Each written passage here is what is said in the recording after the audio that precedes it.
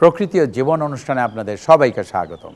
বাংলাদেশের জীববৈচিত্র্য, প্রকৃতি ও পরিবেশের নানা বিষয় নিয়ে আমাদের এই অনুষ্ঠান প্রকৃতি ও জীবন। আমাদের জীবন আর প্রকৃতি একে অপরের সাথে গভীরভাবে জড়িত। এর নদ নদী, জলবায়ু, গাছপালা, প্রাণী, আমাদের সাথে এদের সম্পর্ক, সচেতনতা ও করণীয় তুলে ধরতে আমাদের এই অনুষ্ঠান।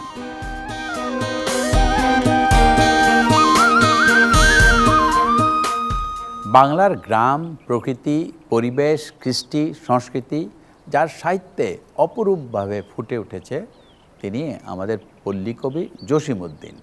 কবিতার মাধ্যমে প্রকৃতির বন্দনায় তিনি ছিলেন সিদ্ধহস্ত। তার সাহিত্যে গ্রামীণ বাংলার রূপ, রস, গন্ধে ভরা মায়াময় প্রকৃতির এক অনন্য চিত্র ফুটে উঠেছে। এ বিষয়ে আলোচনা করব গবেষক আমিনুর রহমান সুলতানের সাথে। তবে তার আগে চলুন দেখে আসি প্রকৃতি ও জীবন দলের পল্লী কবির সাহিত্যকর্ম নিয়ে কিছু তথ্য ও চিত্র।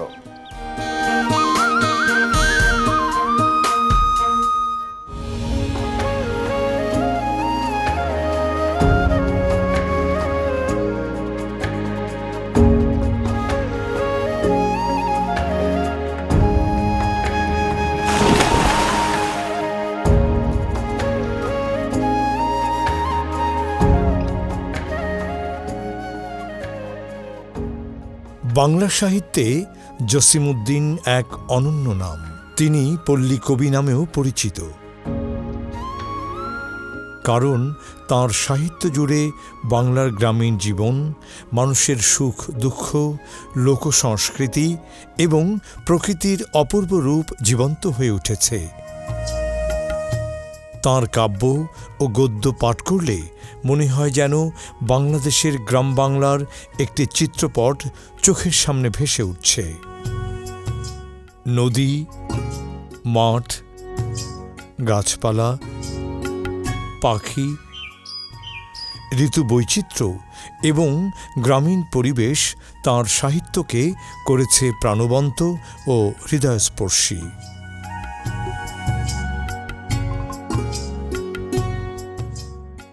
এই সেই বাড়ি, যেই বাড়িতেও পল্লী কবি জসিমউদ্দিন থাকতেন এবং এইখানে বসে কবি রচনা করেন অনেক অমর কাব্যগ্রন্থ, যার মধ্যে কবর, রাখালি, নকশিকাঁথার মাঠ ও সুজনবাদিয়ার ঘাট, এই ধরনের অনেক সাহিত্য কিন্তু ওনার রচনা উনি করেছেন এখানে বসে। এবং প্রকৃতির প্রতি তার ভালোবাসা এবং প্রকৃতির মাঝে মিশে উনি যেই বিষয়গুলো তুলে ধরেছেন, সত্যি অভিভূত করে। আজকে ওই সময়, যে সময় উনি লিখেছেন এগুলা, সে সময় কিন্তু এই মাটির কথা, প্রকৃতির কথা, পরিবেশের কথা এইভাবে কিন্তু কেউ তুলে ধরেনি। সবচেয়ে ফুটিয়ে তুলেছেন ওনার নানা লেখায়, এবং এমনভাবে ফুটিয়ে তুলেছেন, এমনভাবে লিখেছেন যা আমাদের হৃদয়কে স্পর্শ করে। মূল কথা হচ্ছে যে আমরা যারা শহরে থাকি তারা কিন্তু প্রকৃতির থেকে অনেক দূরে চলে যাচ্ছি। প্রকৃতি কিন্তু আমাদের এই আশ্রয় দিচ্ছে, খাবার দিচ্ছে, আমাদের পরিবেশকে ভালো রাখছে। এই প্রকৃতির এই গাছপালা, চারিদিকের যে পরিবেশ প্রকৃতির, সেটা যদি না থাকতো তাহলে কিন্তু আমরা কখনোই ভালো থাকতাম না। এবং এই ভালো থাকার জন্যই কিন্তু আমাদের প্রকৃতিকে ভালো রাখতে হবে, পরিবেশকে ভালো রাখতে হবে, যেটা পল্লী কবি জসিমউদ্দিন তার নানা লেখায় তুলে ধরেছেন, বলে গেছেন।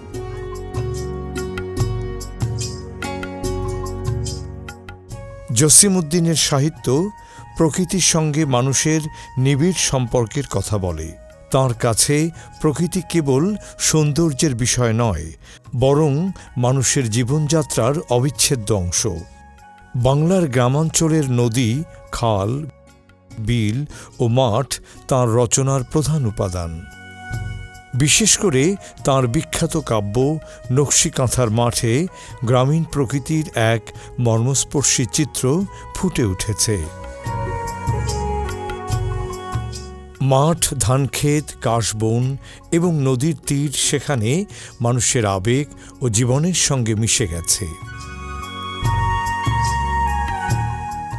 ওনার যে ধরনের সাহিত্যের যে সৃষ্টি সেগুলো কিন্তু সত্যি এত সমৃদ্ধ এবং এত বছর আগে উনি যেভাবে লিখে গেছেন এবং যার কারণে এই উপাধি পল্লী কবি।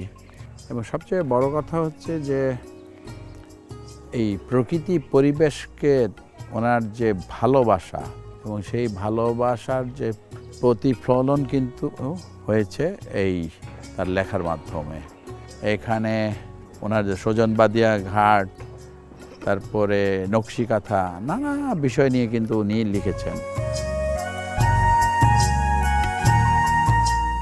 নদী জসিমউদ্দিনের সাহিত্যের অন্যতম গুরুত্বপূর্ণ অনুষঙ্গ। বাংলাদেশের গ্রামীণ জীবনে নদীর ভূমিকা যেমন অপরিসীম, তেমনি তাঁর সাহিত্যেও নদী প্রাণের সঞ্চার করেছে।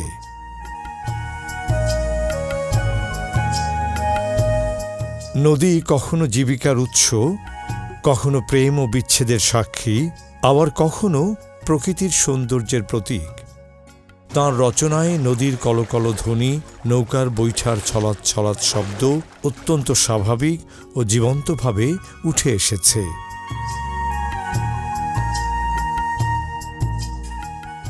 গাছপালা ও সবুজ প্রকৃতির প্রতিও কবির ছিল গভীর মমত্ববোধ। তাঁর কবিতায় তাল, তমাল, বট, অশ্বত্থ, বাঁশঝাড়, কদম ও শিউলি গাছের উল্লেখ বারবার দেখা যায়। এসব গাছ কেবল প্রাকৃতিক উপাদান হিসেবে নয়, বরং গ্রামীণ জীবনের অংশ হিসেবে উপস্থিত হয়েছে। গাছের ছায়ায় মানুষের বিশ্রাম, পাখির বাসা কিংবা গ্রামের শিশুদের খেলার দৃশ্য তাঁর সাহিত্যকে বাস্তব ও প্রাণবন্ত করে তুলেছে। বন্য প্রাণীও পল্লীকবির প্রকৃতিচিত্রের গুরুত্বপূর্ণ অংশ। তাঁর রচনায় দোয়েল, শালিক, কোকিল, বক, মাছরাঙা ও বিভিন্ন দেশীয় পাখির উপস্থিতি লক্ষ্য করা যায়। এসব পাখির ডাক গ্রাম বাংলার সকালের বার্তা বহন করে।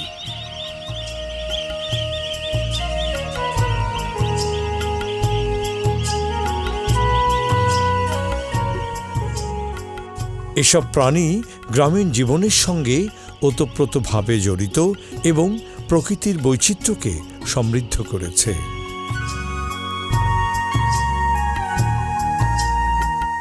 ঋতু বৈচিত্র্যের বর্ণনায়ও জসিমউদ্দিন ছিলেন অসাধারণ।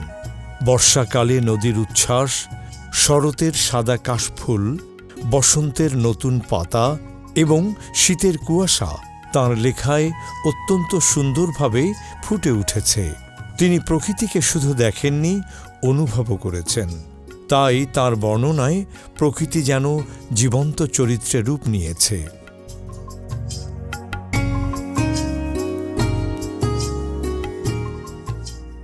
গ্রামীণ প্রকৃতির সঙ্গে মানুষের আবেগ ও সংস্কৃতির যে গভীর সম্পর্ক, তা জসিমউদ্দিনের সাহিত্য পাঠে স্পষ্ট হয়ে ওঠে।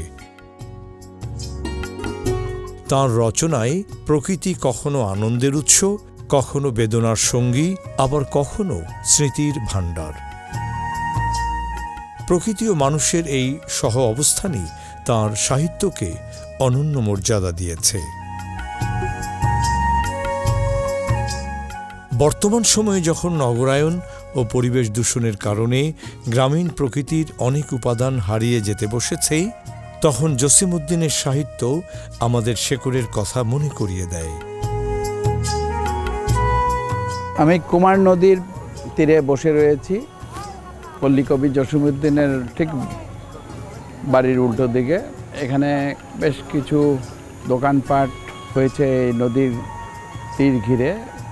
মূলত যারা শ্রদ্ধা জানাতে আসেন পল্লীকবির এই স্মৃতি বিজড়িত বাড়িতে, তারাই এখানে এসে বসেন এবং এখানে কিছু খাওয়া দাওয়া করেন এবং একটা সময় পার করেন এখানে। তবে একটি বিষয় খুব খারাপ লাগলো যে এখানে যারা আসেন অনেক ময়লা ফেলেছেন এখানে প্লাস্টিকের বোতল, পলিথিনের ব্যাগ কাগজ সব কিছু মিলে এই জায়গাটা বেশ একটা নোংরা অবস্থায় পরিণত হয়েছে এবং এই প্রকৃতি পরিবেশকে ভালোবেসে ওনার যে লেখা সেই জায়গায় এইরকম নোংরা করে ফেলাটা কতটুকু গ্রহণযোগ্য?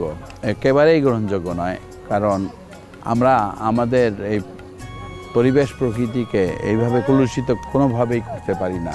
সেই কারণেই কিন্তু আমাদের এ ব্যাপারে সচেতন হতে হবে, সব কিছুই কিন্তু পরিবেশ বান্ধব রাখতে হবে এবং পরিবেশ ভালো থাকলে আমরাও ভালো থাকব এবং আমাদের ভবিষ্যৎ প্রজন্ম ভালো থাকবে, আমাদের দেশটা ভালো থাকবে। তাঁর রচনায় সংরক্ষিত আছে বাংলার প্রকৃতি, সংস্কৃতি ও জীবনবোধের এক অমূল্য দলিল।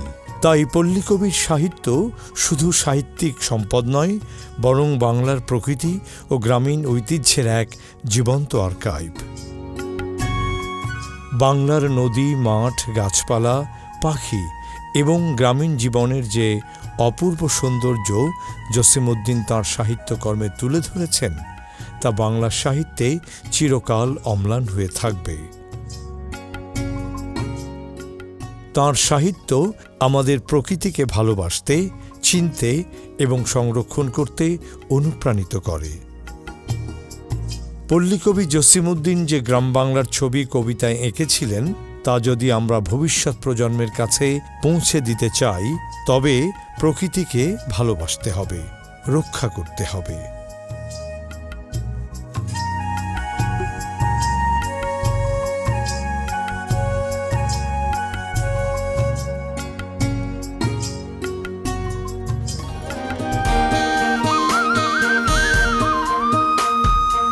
দর্শক মণ্ডলী, আমরা তখন দেখলাম পল্লীকবির সাহিত্যে প্রকৃতি নিয়ে বিস্তারিত প্রতিবেদন।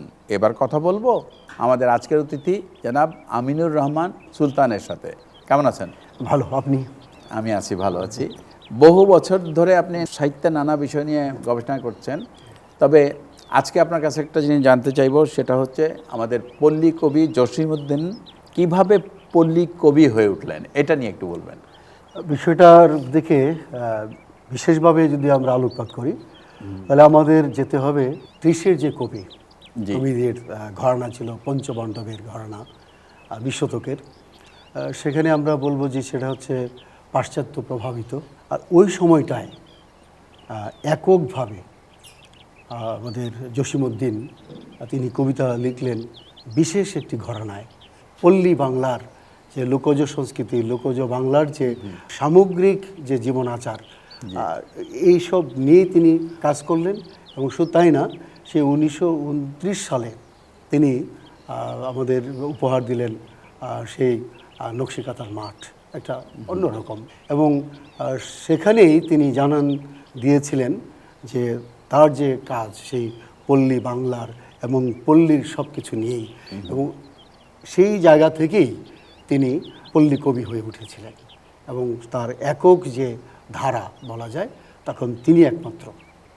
আচ্ছা, এই নামটি কি কেউ মানে বলেছিল নাকি স্বাভাবিকভাবে? এটা আসলে কি এক ধরনের সমবায়ী ব্যাপার হয়ে যায়। জসিমউদ্দিনের যে মানুষ গঠন, সেই মানুষ গঠনে আমরা পল্লীর যে জীবন, পল্লীর যে সংস্কৃতি, পল্লীর যে আচার বা আমাদের যে প্রতিবেশ, সেই প্রতিবেশটাকে এমনভাবেই গড়ে তুলেছিল, যার ফলে তার বলবো যে একেবারে হৃদয় জোরেই ছিল সেই পল্লীর গাথা। এবং এগুলিকে তিনি নানানভাবে উপস্থাপন করেছেন তার বিভিন্ন অংশে। যেমন, তুমি যাবে ভাই, যাবে মোর সাথে, আমাদের ছোট গায়ে, গাছের ছায়ায়, লতায় পাতায়, উদাসী বনের বায়। অথবা, আসমানি রে দেখতে যদি তোমরা সবে চাও, রহিমউদ্দির ছোট্ট বাড়ি রসুলপুরে যাও। অথবা আমরা যদি আরেকটি, যেমন বাবু সেলাম বারে বার, বেদেদের নিয়ে যে কাব্যগাথা, তার ওই সাধারণ মানুষকে, অন্তজ মানুষকে সেখানে নিয়ে আসছেন। কারণ তার যে জীবন মানুষ গড়ে উঠেছিল, আমরা যদি বলি সেটা নিম্নবিত্ত কৃষক পরিবার এবং কিছুটা স্বচ্ছ, কিন্তু সেখানে বোঝা যাবে যে একেবারেই গ্রামীণ প্রতিবেশ। এইভাবেই সমবায়ী তার কাজের মধ্য দিয়ে আচ্ছা কাজের যে স্বরূপ, কাজের যে ফসলের অভিজ্ঞান থেকেই তার অভিজ্ঞতা চলে আসে। আচ্ছা, পল্লী কবির কবিতায় বাংলার প্রকৃতি কিভাবে ফুটে উঠেছে এটা একটু বলবেন আমাদের। খুব মানে চমৎকার একটি বিষয়। এই যে আমরা কিছুক্ষণ আগে বললাম যে তার এই ঘরানার যে কাজ তিনি করলেন এককভাবে, এটা আসলে এমনিতে হয়নি। তিনি বাল্যকালে যে জায়গাটিতে সেই ফরিদপুরে জন্মগ্রহণ করেছিলেন, সেই তার যে গ্রাম বাংলা বা তার পরিবার, তার যে আশপাশ, সেই যে তার যে প্রকৃতি, সেই প্রকৃতির মাঝে আমি মনে করি দুটি বিষয় তিনি গ্রহণ করেছিলেন। একটি হচ্ছে প্রকৃতির দৃশ্যমান যে অবয়ব, আরেকটা হচ্ছে পল্লী প্রকৃতির যে জীবন দর্শন মানুষের। তার মানুষ গঠনটা কিন্তু ওই পল্লী বাংলার যে রূপজ বাংলার বিষয়গুলো ছিল সেগুলো তার মধ্যে এসে গেছিলো দারুণভাবে। এটি নানান কারণ আছে, যেমন আমরা গাসি একটা উৎসব আছে, গাসি উৎসবটা হিন্দু এবং মুসলিম সবাই করে থাকেন। সেই গাসি উৎসবে দেখা যাচ্ছে তার কথা যখন তিনি বলতে গেলেন গাছির, সেক্ষেত্রে অনেকগুলো গাছ বা গাছের লতা পাতার কথা বললেন। এই যে তিনি গাছকে, বৃক্ষকে তিনি নিয়ে আসলেন, নিয়ে এসে দেখাচ্ছে কি ওই গাছগুলি তারা হলুদ সহ নানান ধরনের বৃক্ষলতা যা ছিল এগুলিকে সাথে নিয়ে এসে তার সারা রাত রেখে দেন। দেখা যাচ্ছে যে ভোরবেলায় উঠে এগুলি বেটে নিয়ে গায়ে মাখেন, মাখার পরে তারপর তারা আবার গোসলে যান। এটা একটা সেই আশ্বিনের শেষের ব্যাপার, কার্তিক যখন শুরু হলো। আবার আরেকটি বিষয় হচ্ছে যে ওই গাছির যখন উৎসবটা হয় তখন এটা আসলে আমরা দেখেছি যে শুধু ফরিদপুর নয়, এটা অন্যান্য জায়গায় অন্যভাবে আসছে। যেমন আমাদের বৃহত্তর ময়মনসিংহে আমরাও তাই করতাম, যে বলতাম মশা মাছির মুখ পড়া যায়। অর্থাৎ সেই আগের সন্ধ্যাবেলায় আমরা সেই পাটশোলাকার একসাথে বেঁধে নিয়ে আগুন দিয়ে আমরা দৌড়াদৌড়ি করতাম, খেলাধুলা করতাম, আর বলতাম মশা মাছির মুখ পড়া যায়। এই ব্যাপারগুলো আমরা দেখলাম যে জসিমউদ্দিনের বিষয়টাও ছিল। এবং সেই গাছটির সময় আরেকটি বিষয় ছিল, যে গাছে ফল ধরতো না সেই গাছটা একজন কাটতে যেতেন, যে গাছ কেটে ফেলবো যেহেতু ফল হয় না, তখন আবার আরেকজন আসতেন, অসাধারণ লোকবিশ্বাস, এসে বলতেন গাছ কেটো না, দেখা যাবে যে পরের বছর অবশ্যই ফল দিবে। ওই লোকবিশ্বাস, লোকাচার, লোকজীবন, আমাদের যে যে লোকজীবনের বৃক্ষের প্রভাব, ওই সবগুলো মিলিয়ে তার মধ্যে একটা মানুষ গঠন তৈরি হয়ে গিয়েছিল। আর ফলেই দেখা যাচ্ছে তার কবিতায় এই বাংলার প্রকৃতি দারুণভাবে ফুটে ওঠে। এই কবিতার পাশাপাশি কবি জসিমউদ্দিনের অন্যান্য সাহিত্যকর্মে প্রকৃতি কিভাবে ফুটে উঠেছে? এটা আমরা তার যে জীবন কথা, জীবন কথার মধ্যেই যদি আমরা বলি, দেখা যাবে যে তিনি জীবন কথা যখন লিখতে যাচ্ছেন সেটা হচ্ছে, তিনি বলছেন জীবনের সুদূর অতীতের প্রথম পটভূমিতে যতদূর দৃষ্টি যায়, চাহিয়া চাহিয়া দেখি এই আলো আধারের দেশে কতক বোঝা যায়, কতক বোঝা যায় না। ভাষা ভাষা কয়েকটি ছবি আমার মনে উদয় হয়। মেঘলা দিনে ঘরের মেঝে নকশি কাঁথা মেলিয়া ধরিয়া মা সেলাই করিতেছেন আর গুনগুন করিয়া গান গাইতেছেন। এই যে সময় তিনি তার জীবন কথার শুরুতেই কিন্তু দেখেন কীভাবে প্রকৃতি চলে আসলো, প্রকৃতির যে জীবন আচার চলে আসলো, সেই নকশি কাঁথা চলে আসলো, সেই মেঘলা আকাশ চলে আসলো। আবার এরকম দেখা যাচ্ছে যে এইখানে তোর দাদির কবর ডালিম গাছের তলে, 30 বছর ভিজাই রেখেছি দুই নয়নের জলে। এই যে ডালিম গাছের যে বিষয়টা, ডালিম গাছ তার মননে ছিল বলেই কিন্তু সেই গাছগুলি তার এখানে এসেছে। ফলে এইভাবে তার বিশেষ করে প্রকৃতির যে বিষয়গুলো তাকে দারুণভাবে প্রভাব ফেলছে বলেই তার সাহিত্যে এইভাবে ঘুরে ফিরে বৃক্ষ এসেছে, লোকজ সংস্কৃতি এসেছে। পল্লী কবির সেই সময়ের যে বাংলার রূপ ছিল, ওনার চোখে যেটা দেখেছেন ওই সময়, তার সাথে আজকের পার্থক্য কতখানি এবং কি মনে হয় আপনার? আসলে একসময় তো আমাদের যেই বলি না কেন, সংস্কৃতি বলতে গ্রামীণ সংস্কৃতি বোঝাতো, এবং সেক্ষেত্রে আমাদের গ্রামীণ সংস্কৃতির মধ্যে অন্যতম বাহন ছিল নৌকা, পালকি, গরুর গাড়ি। দেখেন যুগের পরিবর্তনের ফসলের ওইগুলি আজকে প্রায় বিলুপ্তির পথে। তো ফলে হচ্ছে কি এই জায়গাটায় নগরায়ন আপনার দারুণভাবে বিকশিত হয়েছে। গ্রাম জীবনের যে প্রতিবেশটা সেটা হয়তো আগের মতো এভাবে নেই।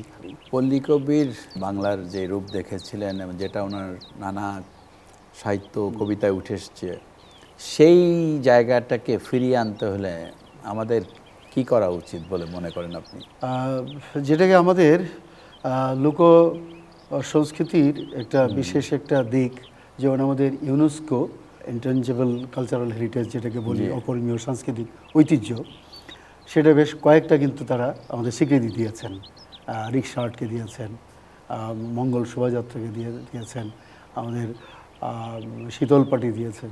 এই যে বিষয়গুলো তার দেওয়ার পরে কিন্তু আপনার মতোই কিন্তু একটি কথা, তারা বলছেন যে এই যে দিলাম, দেয়া পর্যন্তই শেষ নয়, এটাকে তোমরা কিভাবে তার সুরক্ষা দিবা, সেফগার্ডিং কীভাবে তোমরা দিবা, সেটা তোমাদের দায়িত্ব। তো ফলে হচ্ছে আমি মনে করি যে এইটাও একটা ব্যাপার যে আমাদের এই প্রকৃতিকে কীভাবে আমরা ফিরিয়ে আনতে পারি। যদি ফিরিয়ে আনি তাহলে আমরাই কিন্তু আসলে লাভবান হব। এই বিষয়গুলোকে ফিরিয়ে আনা অবশ্যই সম্ভব, কিন্তু সেই জন্য একটু পরিকল্পনা, সেই পরিকল্পনার সঙ্গে স্কুল এবং কলেজ পর্যায়ে অন্তত শিক্ষার্থী আছে ওদেরকে একটু সমন্বিত করা। আবার অভিভাবক যারা আছেন, বিশেষ করে আমি বলবো যে এখনও অনেক গৃহস্থ আছেন যারা কিন্তু ওই বৃক্ষ লতা পাতাকে দারুণভাবেই একেবারে ভালোবাসেন। তারা জানেন যে এই বৃক্ষ শুধু খালি আমাদের জীবনদানই করছেন না, জীবনদানের পাশাপাশি যে কৃত্যাচারের জন্যেও, আমাদের যে জীবন আচারের জন্যেও অনেক কাজে লাগছে। সেই বিষয়গুলো প্রতি লক্ষ্য রেখে আমার মনে হয় যে এই ধরনের উদ্যোগ নেওয়া যেতে পারে এবং ছোট ছোট আকারেই যদি হয়, এবং এটার জন্য যে কোনো একটা উপজেলাকে অন্তত পাইলট স্কিম হিসেবে নেওয়া যেতে পারে। এবং আপনারা যারা কাজ করছেন তারাও এটার মূল, মানে আমরা বলবো যে আপনারা এক ধরনের স্টেক হোল্ডার, কিন্তু আপনারা সেই জায়গার থেকেও কিন্তু ভাবতে পারেন, ভেবে নিয়ে অন্তত প্রশাসনিকভাবে একটা অন্তত উপজেলাকে কীভাবে সেইটা হতে পারে, সেই জসিমউদ্দিনের যে এলাকা সেটাকে কেন্দ্র করে সেই ওনার গ্রাম থেকে শুরু করা যেতে পারে। অনেক ধন্যবাদ, অনেক কিছু জানা গেল আপনার কাছ থেকে। ধন্যবাদ আপনাকেও। দর্শক মণ্ডলী, প্রকৃতি ও জীবন অনুষ্ঠানের এবারের সেগমেন্টটি হচ্ছে আপনি জানেন কি। চলুন জানা যাক পল্লী কবির সাহিত্যে প্রকৃতি নিয়ে কিছু তথ্য। আপনি জানেন কি? পল্লী কবি জসিমউদ্দিন জন্মগ্রহণ করেন ১৯০৩ সালে এবং মৃত্যুবরণ করেন ১৯৭৬ সালে। পল্লী কবির নকশিকাঁথার মাঠ কাব্যগ্রন্থটি ইংরেজি সহ প্রায় ৮টি ভাষায় অনূদিত হয়েছে। কবি জসিমউদ্দিন তাঁর কবর কবিতাটি রচনা করেন মাত্র ২১ বছর বয়সে। তিনি প্রায় ৫০ বছরের বেশি সময় ধরে সাহিত্য রচনার পাশাপাশি লোকসাহিত্য সংগ্রহ ও গবেষণায় সক্রিয় ছিলেন। পল্লী কবি তাঁর সাহিত্য জীবনে ৪০টিরও বেশি কাব্য, গীতিকা, গল্প ও প্রবন্ধ গ্রন্থ রচনা করেছেন। শুধু দর্শক, পল্লী কবি জসিমউদ্দিন আমাদের দেখিয়েছেন বাংলার প্রকৃতির এক মায়াময় রূপ। গ্রাম বাংলার সমাজ সংস্কৃতিও তার অনেক কবিতায় উঠে এসেছে ছন্দের আদলে। তার সাহিত্য কর্মের শিরোনামগুলো ছিল প্রকৃতির বিভিন্ন উপাদানকে কেন্দ্র করে। পল্লী কবির কবিতা বাঙালির মনে অম্লান হয়ে থাকুক, টিকে থাকুক সবুজ শ্যামল বাংলার চিরায়ত রূপ, সুন্দর প্রকৃতিতে গড়ি সুস্থ জীবন। এই আশা নিয়ে শেষ করছি আজকের অনুষ্ঠান। আপনারা সবাই ভালো থাকুন, সুস্থ থাকুন।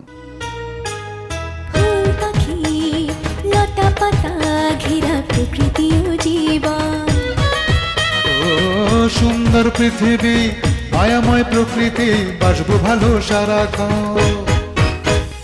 চাই চাই চাই সুন্দর পৃথিবী, চাই চাই চাই চাই সুস্থ পরিবেশ, চাই ফুল পাখি লতা পাতা ঘেরা প্রকৃতি ও জীবন। সুন্দর পৃথিবী, মায়াময় প্রকৃতি, বাসবো ভালো সারাক্ষণ। এসো হাতে হাত ধরে শপথ করে সুন্দর সুস্থ পরিবেশ গড়ি, সুন্দর সুস্থ পরিবেশ গড়ি, সুন্দর সুস্থ পরিবেশ গড়ি।